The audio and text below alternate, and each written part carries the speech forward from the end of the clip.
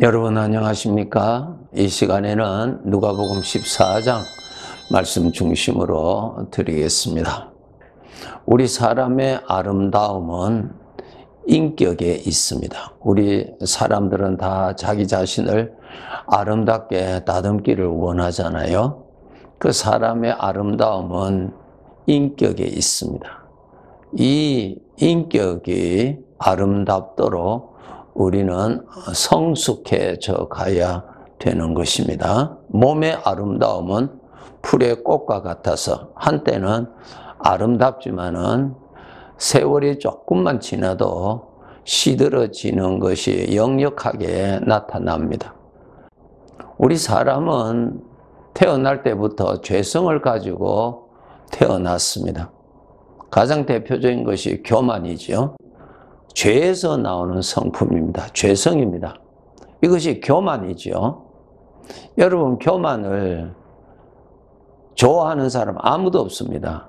내 이웃이 교만하면은 다 싫어하지요. 그런데 이상한 것은 자기 자신은 교만하기를 좋아하거든요. 이상하지 않습니까? 네. 상대방에서부터 그러한 점이 보기 싫으면은 똑같은 것이 나에게도 나타나면은 그것도 보기 싫어야 되는데, 상대방은 상대방의 것은 보기 싫고 나의 것은 그것을 아름답게 미화시키고자 하는 욕심이 있습니다. 왜 그럴까요? 인간에게는 이 죄성이 있어갖고 죄가 그렇게 만듭니다. 여러분, 사람의 추한 모습은 아름다움과 반대되는 것은 죄의 것이 나타나는 것입니다. 죄의 것이 나타나는 것은 추합니다. 그래서 우리 하나님의 자녀들은 죄의 것을 나타나지 않도록 다스려야 됩니다. 그것이 곧 자기 자신을 아름답게 하는 것이고 성숙하게 만드는 길입니다. 그럼 우리가 어떻게 하면은 교만을 멀리하고 겸손한 자로 성숙해질 것인가 라고 하는 것입니다. 우리 믿는 사람들 이렇게 훈련하셔야 됩니다. 가장 중요한 것은 우리가 예수님을 믿는다는 말은 예수님, 살아계시는 주님을, 영으로 계신 그분을 내가 모시고 산다는 뜻입니다. 주님이 함께 계시는 사람이라는 뜻입니다. 내가 이 세상의 삶을 마치는 그날까지 주님은 한시도 나를 떠나지 아니하십니다. 성경의 약속을 보세요. 구약에서도 신약에서도 하나님이 똑같이 말씀하시죠. 내가 항상 너희와 함께 있으리라. 내가 어디로 가든지 내가 너를 지킬 것이라. 하나님께서 항상 말씀하셨습니다. 전능하신 하나님은 그 말씀대로 하시는 분이십니다. 그래서 주님은, 예수님을 믿는 자에게는 주님은 항상 계셨고 오늘도 계시고요. 내일도 같이 계십니다. 주님이 같이 계시는 사람이 그리스도인이라고 부르고 하나님의 아들이라 부르고 바로 그 사람들이 천국에 가는 것입니다. 주님이 계셔야 천국 갑니다. 구원받습니다. 그러면 우리가 어떻게 하면은 이 나를 추하게 하는, 나를 벌거벗은 것과 같이 부끄럽게 하는 육신의 것을 나타나지 않게 하고 나를 아름답게 하는 것이 나타나도록 겸손한 자가 될 수 있는가라는 말씀입니다. 제일 핵심은 주님이 같이 계시기 때문에 조심하셔야 됩니다. 주님이 같이 계시기 때문에 예의를 지키셔야 합니다. 주님이 같이 계시기 때문에 항상 그분을 의식하시고 살도록 정말 노력하셔야 됩니다. 영으로 계시기 때문에 내가 노력하지 아니하면은 주님이 없는 것과 같은 상황에서 내가 말하고 오늘 또 삽니다. 그래서 우리는 꼭 하나님께서 말씀하신 대로 믿음으로 주님이 같이 계시는 것을 실제로 알고 주님을 모시고 주님과 같이 하루하루 인생을 살아가도록 하셔야 됩니다. 이것은 여러분이 우리가 부단하게 노력하셔야 됩니다. 마치 에녹이 300년 동안 하나님과 동행했다 그랬습니다. 300년 동안 그랬습니다. 항상 하나님은 에녹과 함께 계셨고 에녹은 하나님과 믿음으로 동행했다. 하나님 모시고 살았다 그랬습니다. 우리가 바로 주님이 같이 계십니다. 공기가 지금 나와 함께 있고 빛이 나와 함께 있는 것처럼 우리 주님은 영으로 같이 계십니다. 그러면 주님이 계시니까 조심하잖아요. 주님이 계시니까 조심하는 것입니다. 주님이 계시니까 내가 죽어야죠. 주님을 잘 모시고 사니까 겸손할 수밖에 없죠. 주님을 모시고 두려우신 분이 계시니까 항상 조심하셔야 되잖아요. 절제해야 되잖아요. 거룩하신 하나님과 함께 인생을 살도록 내가 구원을 받았다고요. 그분의 부름을 받아서 그분 곁에 나를 두셨다고요. 그리고 내가 그분을 주님이라고 부를 수 있는 자로 만들어 주셨다고요. 아버지라고 부를 수 있는 자로 곁에 두셨다고요. 이 복이 얼마나 귀한 복입니까? 이러한 자이기 때문에 우리가 이 세상에서 믿음이 잘 자란다는 말은 살아계시는 주님이 함께 계시는 그 의식이 더욱더 선명해진다. 그리고 함께 계시는 그분 앞에 내가 예의를 잘 지킨다라는 뜻입니다. 그러니 그 모습이 다를 수밖에 없고 그의 말이 다를 수밖에 없고 그가 생각하는 것이 다를 수밖에 없죠. 왜? 주님이 같이 계시니까. 나의 생각하는 것도 주님 앞에서는 다 보이는 것이니까 생각하는 것도 조심해야 되고요. 죄의 성을 내가 좋아하고 사랑하는 습관을 버려야죠. 나는 이제 주님과 함께 있게 주님이 같이 계시니까요. 우리 주님께서 책망하신 말씀이 여기에 있습니다. 마가복음 7장 6절에 보시면은 이 백성이 입술로는 나를 공경하되 마음은 내게서 멀리 있다.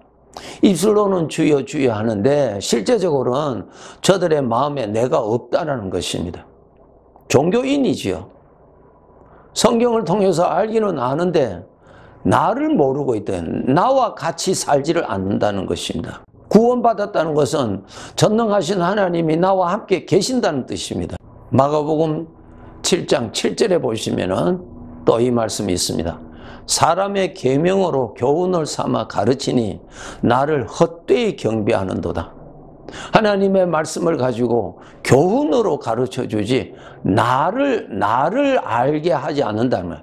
교훈은 아는데 계명은 아는데 나를 모른다는 것입니다. 나를 모른다는 것입니다. 주님은 영으로 함께 계십니다. 하나님의 자녀들은 구원받은 자들에게는 하나님이 약속하신 대로 세상 끝날 때까지 내가 너희와 항상 함께 있다고 말씀하셨습니다.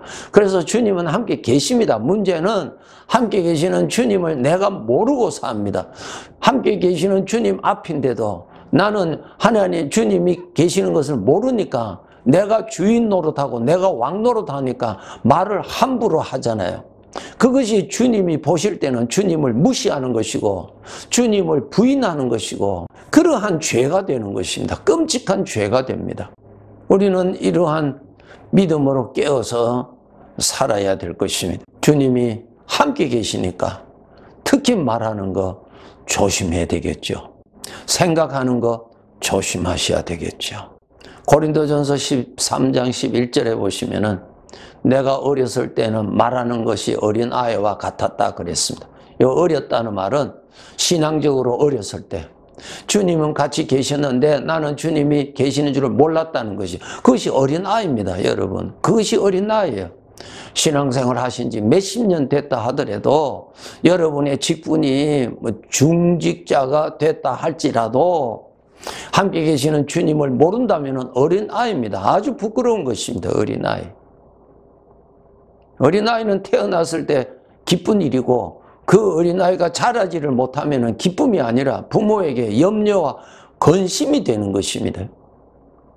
구원받은 지가 몇십 년이 되었는데도 어린아이의 상태에 있다는 것은 아버지에게 기쁨이 되지 않는 것입니다.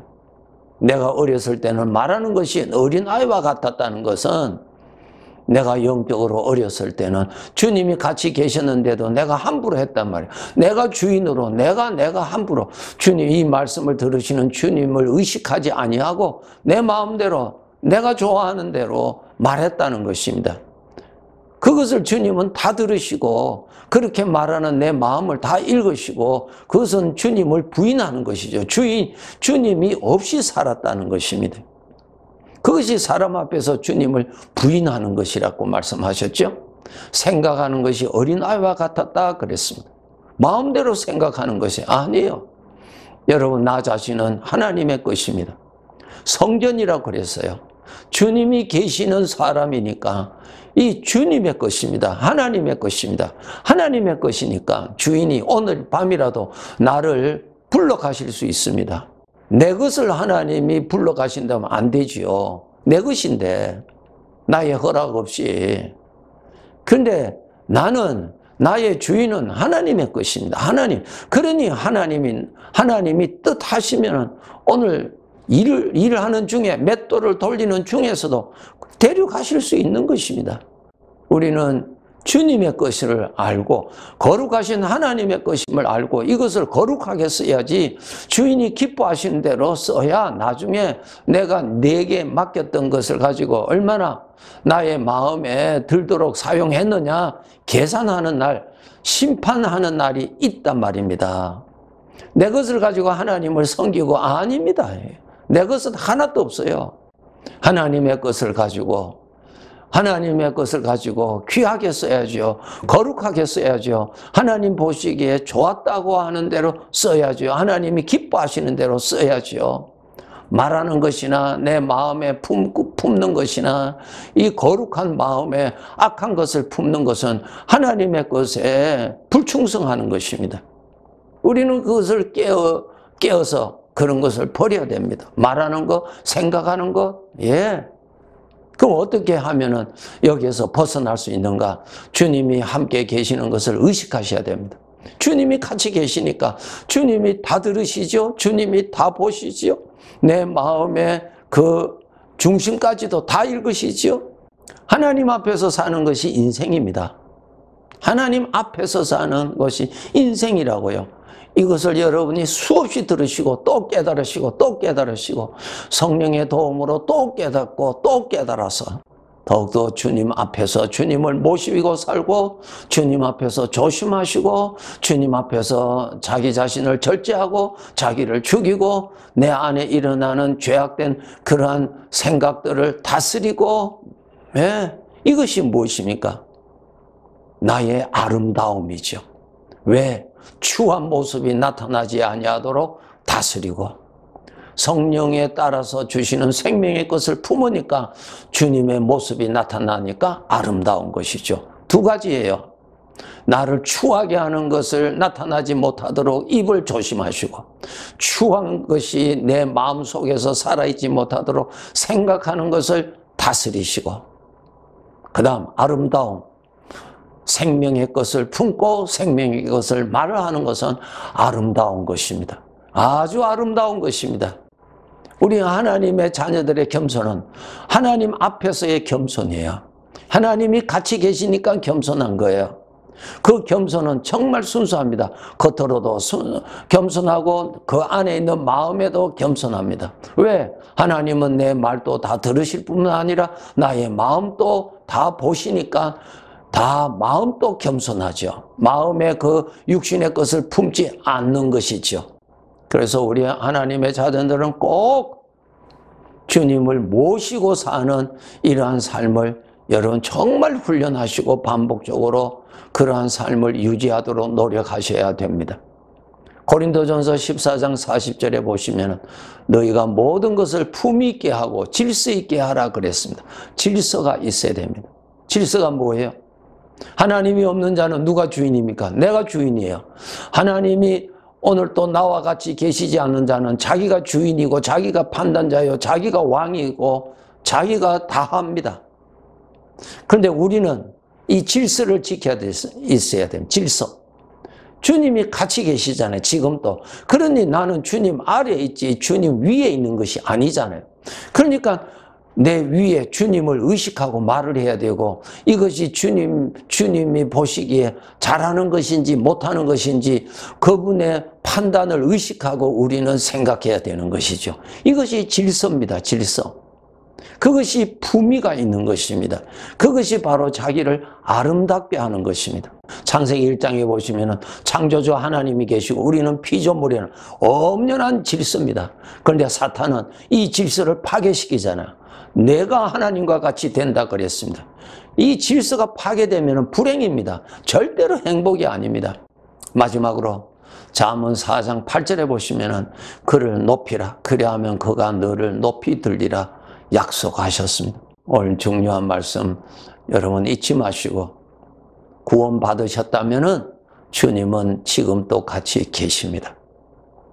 주님 모시고 하루를 사시고, 주님이 들으시고 보시는 가운데서 사는 것이 인생인 것을 늘 깨어서 그렇게 사셔서 질서에서 벗어나지 아니하고 나를 추하게 하고 나를 벌거벗은 자와 같이 부끄럽게 할 수 있는 죄악된 것이 내 입을 통해서 나타나지 못하도록 다스리고, 그것이 내 마음에 숨어서 내 속사람 나를 속으로는 아주 교만하게 만들고자 하는 그 함정에 빠지지 마시고 생명의 생각을 품고 아름답게 하나님 보시기에 참 좋았다는 삶을 더욱더 열심히 살아갑시다.